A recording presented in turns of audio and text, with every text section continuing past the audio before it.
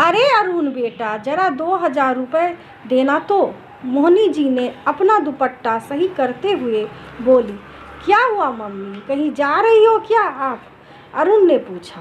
हाँ बेटा, अभी अभी तेरी मौसी का फ़ोन आया था। मौसा जी को हॉस्पिटल में एडमिट किया है। उनकी तबीयत अचानक बिगड़ गई थी। वे वहाँ बिल्कुल अकेली है।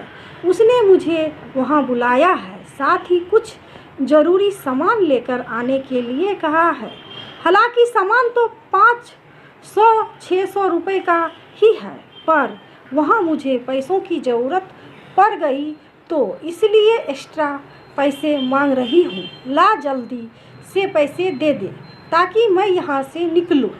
फिर सामान भी तो खरीदना है। मोहिनी जी ने एक ही सांस में सब कुछ बोल गई। उनकी बातें सुनकर अरुण ने अपनी पत्नी निशा की तरफ देखा। जीविसा उसे घूर रही थी और उसने इशारे से उसे पैसे देने के लिए साफ मना कर दिया। तभी मोहिनी जी ने कहा, अरुण सोच क्या रहा है, जल्दी कर, वहाँ मौसी अकेली है, वे परेशान हो रही होगी। यह सुनकर अरुण थोड़ा सा हल्काते हुए बोला, मम्मी, वह मेरे पास अभी पैसे नहीं है। उसकी बातें सुनकर मोहिनी जी हैरान होते हुए बोली, पैसे नहीं है?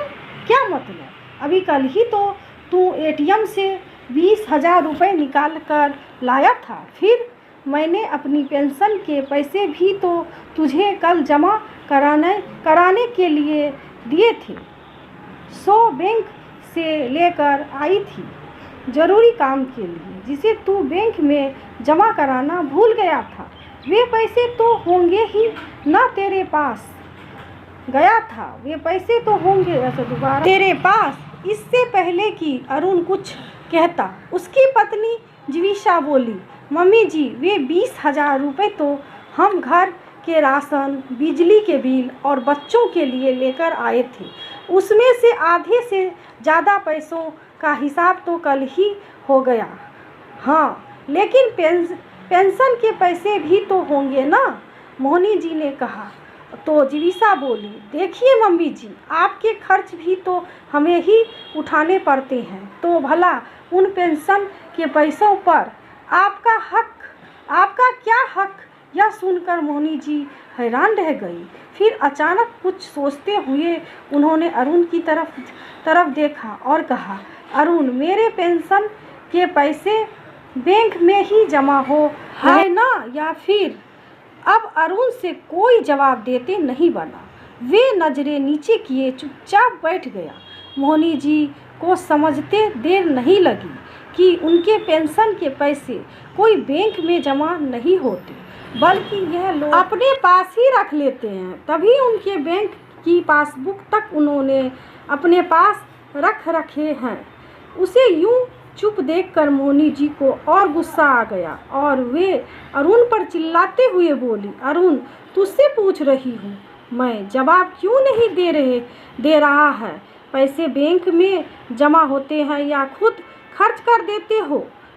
जब मोहिनी जी ने डांट कर पूछा तब अरुण ने कहा, मम्मी, आपका खर्च भी तो मैं ही उठाता हूँ, तो आपके पेंशन के पैसों पर भी तो मेरा ही हक हुआ ना। और फिर पैसे घर खर्च में ही तो काम आ रहे हैं। क्या करोगी बैंक में पैसा जमा करके? वैसे भी तो आपकी उम्र हो गई है। क्या माँ होने के नाते तेरी कमाई पर मेरा कोई हक नहीं है?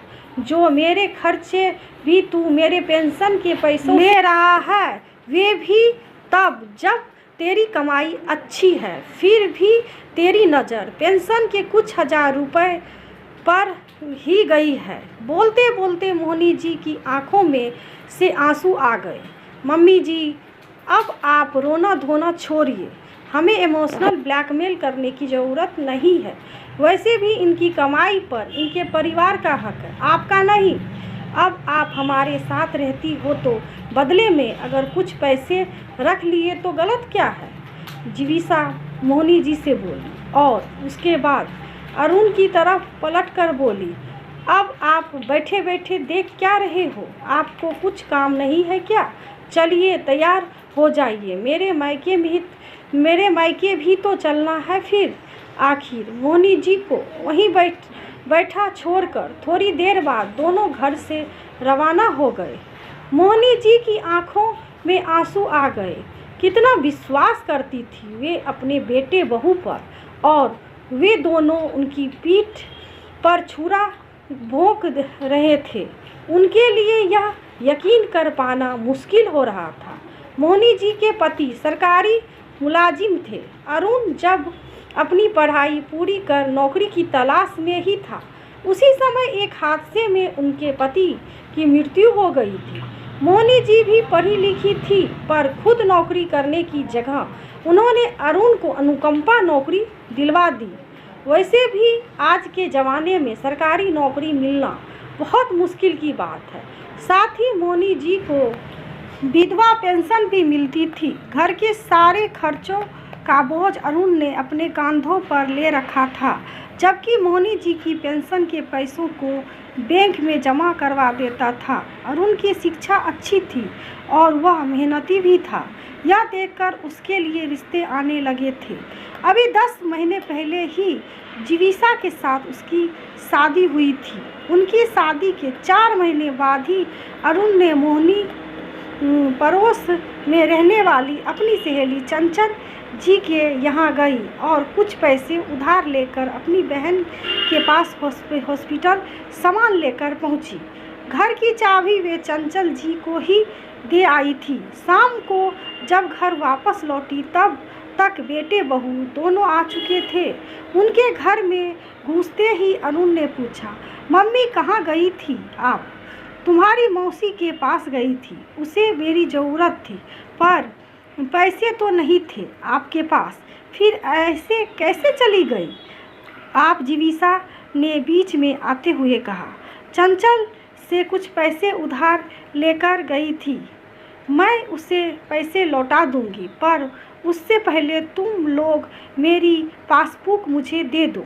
मोहनी जी ने दृढ़ होते हुए कहा। अरे वाह, एक तो हमसे पूछे बगैर आप चंचल आंटी से पैसे उधार लेकर चली गई और ऊपर से पासबुक भी मांग रही हो। कुछ नहीं देने वाले हम आपको, चुपचाप पड़े रहिए घर में। आइंदा हमसे पूछे बगैर घर के बाहर कदम भी मत रखना, जीविसा चिल्लाते हुए बोली।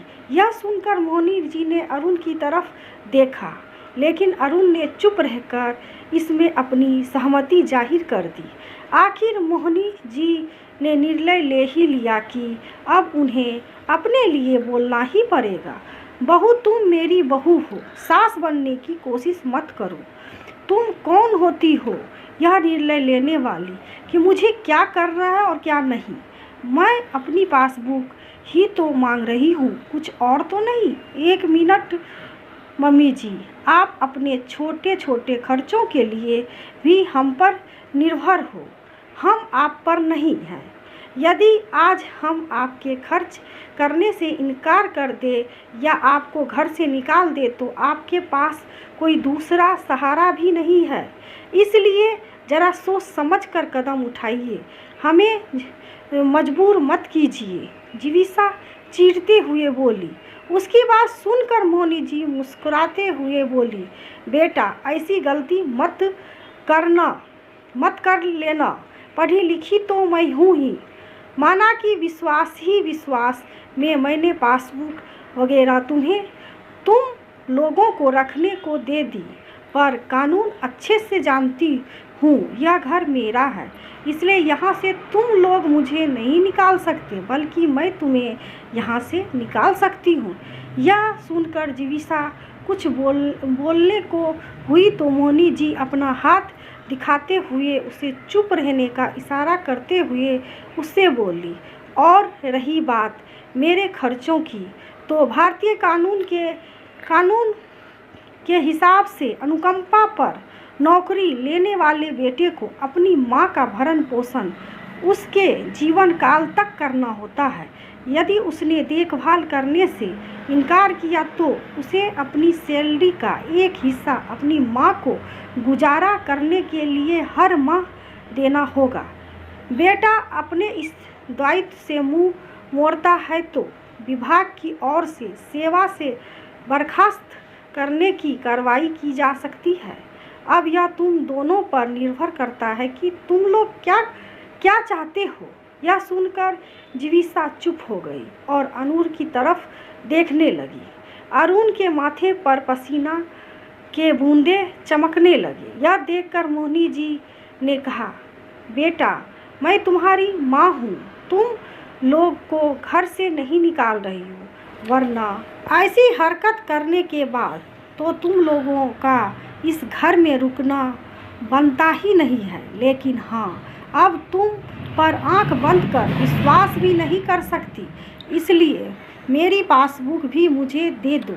अपने अकाउंट को खुद मैं हैंडल कर सकती हूँ और अगर मेरे खर्च करने में तुम्हें एतराज़ है तो हर महीने एक फिक्स अमाउंट मुझे खर्च के तौर पर दे दिया करो। और यह बात अच्छे से याद रखना, मैं आज के ज़माने की माँ हूँ। अगर अपने बच्चों पर विश्वास करना जानती हूँ तो गलती करने पर उन्हें सज़ा देना भी जानती हूँ। मोहिनी जी की बात सुनकर दोनों कुछ कहते नहीं बना। आखिर अरुण ने मोहिनी जी की पासबुक उन्हें वापस दे दी। मोहिनी जी ने बैंक अकाउंट में लॉकर लेकर घर के पेपर्स और अपने गहने उसी में रखवा दिए।